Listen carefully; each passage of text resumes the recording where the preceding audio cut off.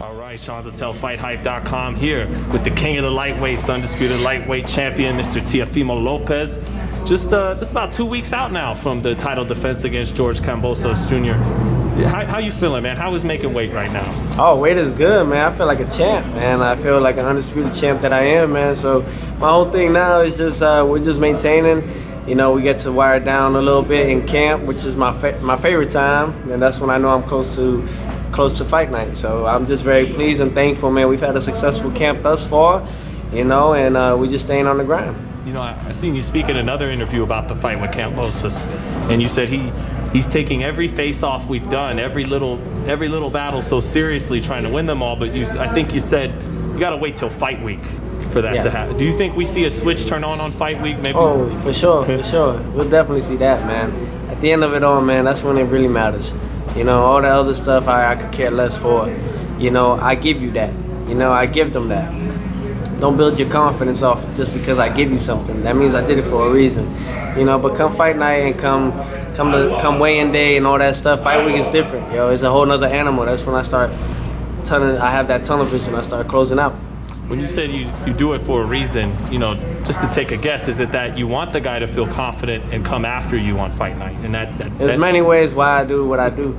There's many different things that I do it for. You know, this is not my first rodeo in this. You know, I mean, we could go back to Magdaleno. We could go back to the times of William Silva. You know, I've been at this stage. You know, and it's only gotten better and bigger. So, you know, shout out to Triller. You know, this is a Triller takeover, man. This is what it's all about, Triller Fight Club. And, you know, this is George Kambosos Jr.'s first big opportunity. You know, so let's see how he feels and how he handles the magnitude of all this. You know, for myself, this is just another day in the gym, and another day in the office. Is there extra excitement fighting at Marlins Park, though? Oh, all that stuff. Yeah. My excitement, the main reason why I'm so excited on top of that is because we having the fans. We having the people in attendance that are true die-hearted fans. And if they're not die-hearted fans, they're folks that are willing to see entertainment, you know, and come to see Teofimo Lopez finish the show, you know, close it out. And it's things like that. We're gonna have performers, and it's gonna be phenomenal, man. It's gonna be a greatest showman type of feel for everybody in the atmosphere, you know. So 30 to 37,000 people in attendance in Miami, Florida. I mean, we're going to Miami, man. This is a takeover, Miami takeover. I mean, isn't it a little bit of a homecoming too? You represent Brooklyn. You're born in Brooklyn, but oh yeah, going back to that whole thing. You know, so at the age of 6, you know, I moved. My father decided us to go to Florida, and in South Florida, I was there from 6 years old, well 7, to I was 19. So almost about 13 years in my life over there. So yeah, you know, it's pretty much like a homecoming for me, and I wouldn't want it no better way right now, especially during these times. You know, I love Madison Square Garden and everything, but I also got to get back to those roots, you know, to South Florida, to Broward County, Dade County, and all those out there, man, that were there to see me on the rise and the upbringing of my career.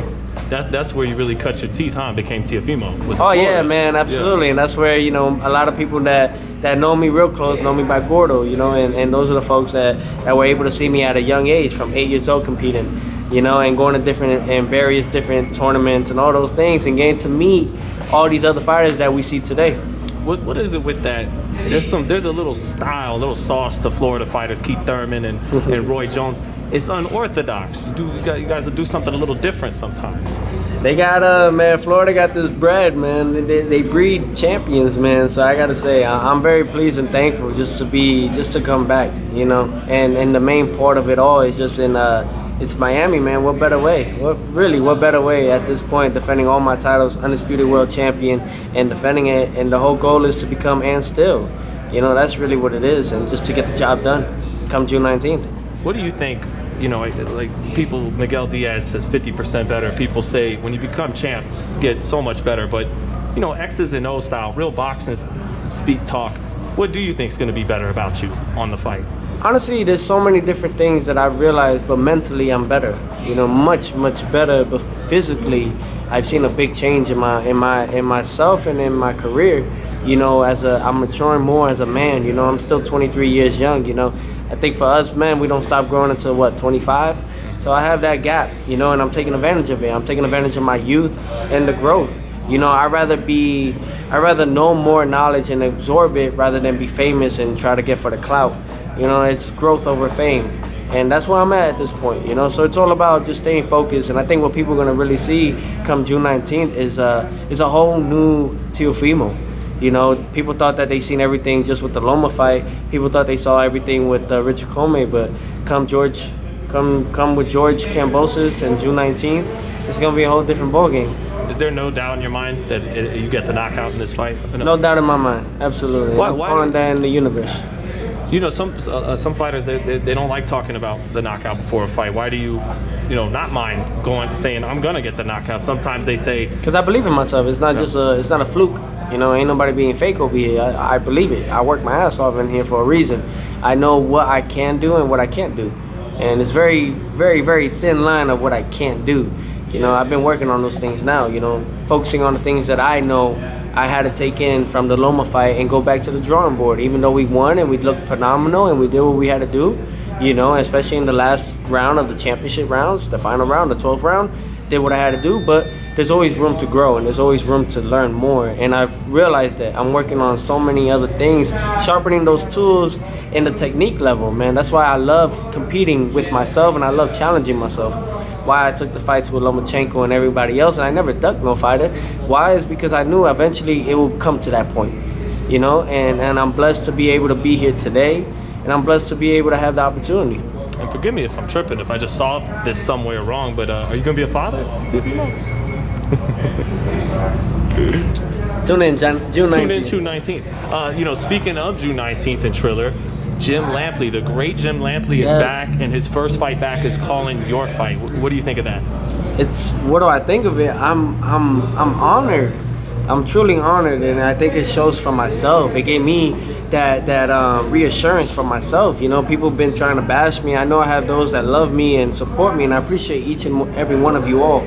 You know, and sometimes it gets tough, man. And just to have Jim Lampley and say what he had to say and give me that compliment, and says that he wouldn't want it no better way than to come back, than seeing the undisputed world champion come back and do his thing, and he's gonna be there and announce my fight. I mean, that just boosted more of a motivation for me to keep on and see what else I could do, and let him know, hey, you haven't seen nothing yet either. Like, I'm about to show you come June 19th as well. You know, and it's all about entertainment, man. It's about giving everybody what they want to see.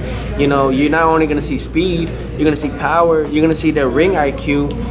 You're gonna see a young guy that's elusive, that knows what he's doing in there. If you haven't seen it with the Lomachenko, you will see it June 19th. And I can't wait, man. Everybody tune in, man.